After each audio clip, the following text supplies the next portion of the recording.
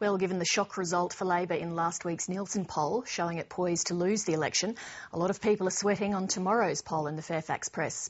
To give us a preview of what the Sydney Morning Herald and The Age will publish in the morning, I'm joined now in our Sydney studio by the Herald's political editor, Peter Hartcher. Peter, talk us through what we're going to be seeing in the paper in the morning. What we've found is that the coalition is still ahead, 51 to 49 on the two-party preferred vote. So what last week was a shock new development, coalition moving ahead, this week is confirmed. We now have 2 consecutive weeks with the coalition as the front runner, so I guess we can say that this is the new normal. What about the primary vote? Primary votes are essentially unchanged.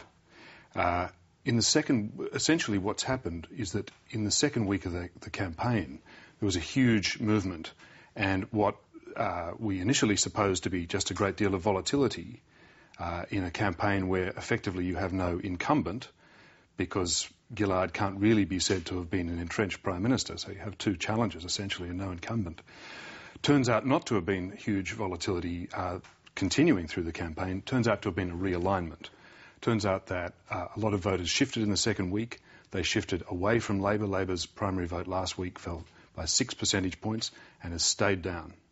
So that would indicate, you did the polling on Wednesday, Thursday, Friday? Yes. So that would indicate that the real Julia Gillard hasn't made any difference at this stage? Well, the good news for Labor is that the real Julia Gillard isn't any less popular. But the bad news is she's not any more popular than the old Julia either. So if it was designed to get voters to have a second look at Julia Gillard, if they haven't changed their minds. What about the preferred Prime Minister numbers? The preferred Prime Minister is where Gillard retains an advantage. It's real, but it's not huge.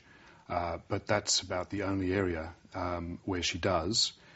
For tomorrow, we've also polled voters on the full suite of characteristics of the 2 leaders, so if you like, we're giving them a free character assessment. But I can't do the full Monty and tell you all of it. But suffice to say that with very weak primary vote for Labor, Labor will depend critically on the preference flow from the Greens.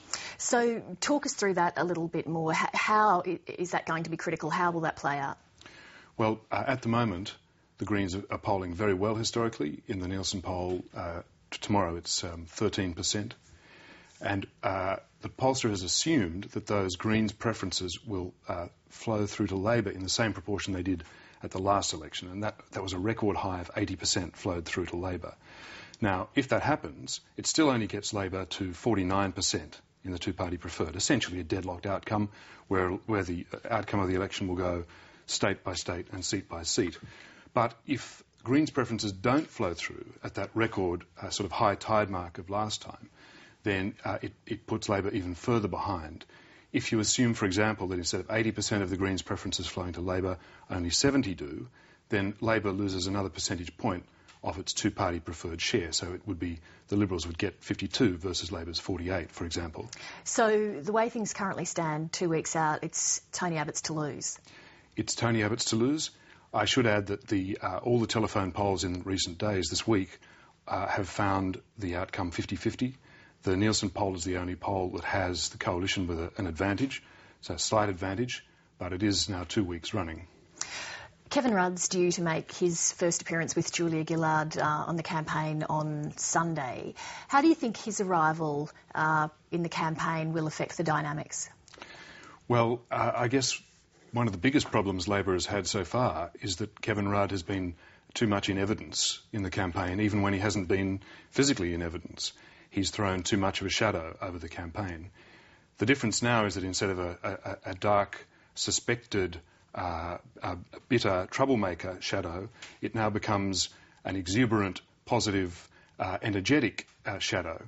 But the problem for Labor, as I see it, is that it's still Rudd's shadow.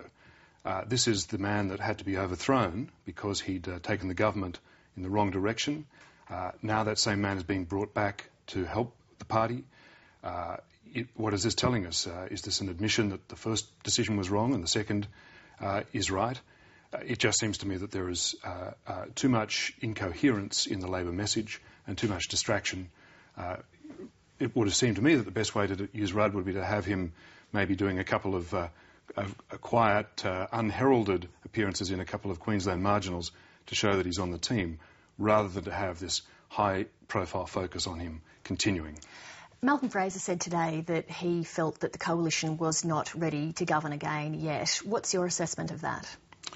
Well, being unfit to govern, of course, has never disqualified anybody. We've had a contest to see which of the parties is less unfit to govern, and we call them the government. Obviously, in our poll, 51% of the electorate disagrees with Malcolm Fraser.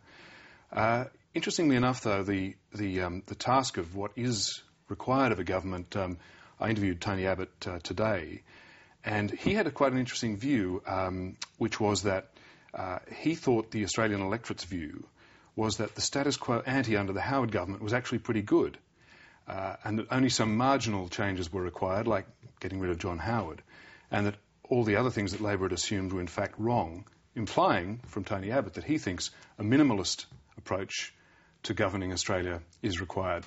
Well, I shall look forward to reading more about that in the Herald tomorrow. Peter Hartcher, thank you for coming. Pleasure, Lee.